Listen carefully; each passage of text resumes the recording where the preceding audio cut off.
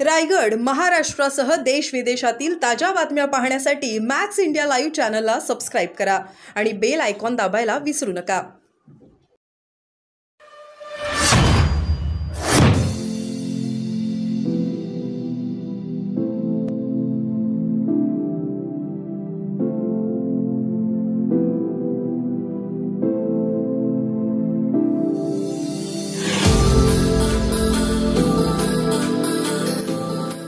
काय सांगाल, उष्माघात वाढतोय, सिव्हिल रुग्णालयाने उपाययोजना काय काय केलेल्या आहेत आपल्याकडे? आपण 3 दिवसापासून जो ट्रेंड बघतो आणि IIFDने ऑलरेडी आपल्याला हे दिलं होतं की उष्मा वाढणार आहे ठाणे जिल्ह्यामध्ये आणि लगतच्या परिसरामध्ये। आपण बघतो की 43 आपण क्रॉस करतो आहे आणि ह्या आपल्याला ठाणे जिल्ह्याला किंवा मुंबई सबअर्बन किंवा बाकी जिल्ह्याला याची खरोखर सवय नाही। बाकी जे पठारी जिल्हे आहेत तिकडे प्रत्येक वर्षी तापमान जास्त असतो, तर आपण इकडे मेनली आपण त्या दृष्टीने आरोग्याच्या दृष्टीने आपण सगळ्यांना सर्क्युलर करून काय काय काळजी घ्यावी त्याच्याबद्दलचं हॉस्पिटल मध्ये बेडची व्यवस्था आपण केलेली आहे।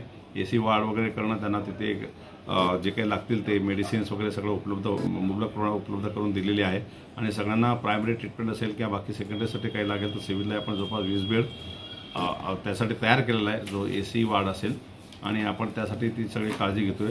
परंतु मला लोकांना एकच विनंती करायची आहे की जी आपल्याला उष्माची सवय नाही तर शक्यतो अर्जंट काम नसेल तर 12च्या घरात बाहेर पडू नये। जर बाहेर पडत असाल तर स्कार्फ, टोपी वापरणे, गॉगल वापरणे, छत्रीचा जास्तीत जास्त यूज करायला पाहिजे आणि मुबलक प्रमाणात पाणी पित राहायला पाहिजे कंटिन्युअसली। पाण्याचं मेनली याच्या डिहायड्रेशन कुठल्या पद्धतीने होऊ नये, त्याचं कॉम्प्लिकेशन खूप जास्त होतात। त्या कंटिन्युअसली पाणी पिणं हेही एक आहे आणि जर गरज नसेल तर घरातनं बाहेर न पडणे हा सगळ्यात चांगला उपाय आहे। जास्तीत जास्त थंड ठिकाणी बसून राहायला पाहिजे घरामध्ये आणि काळजी घ्यायला पाहिजे। एवढी जर काळजी घेतली नक्कीच आपण याला बीट करू शकतो।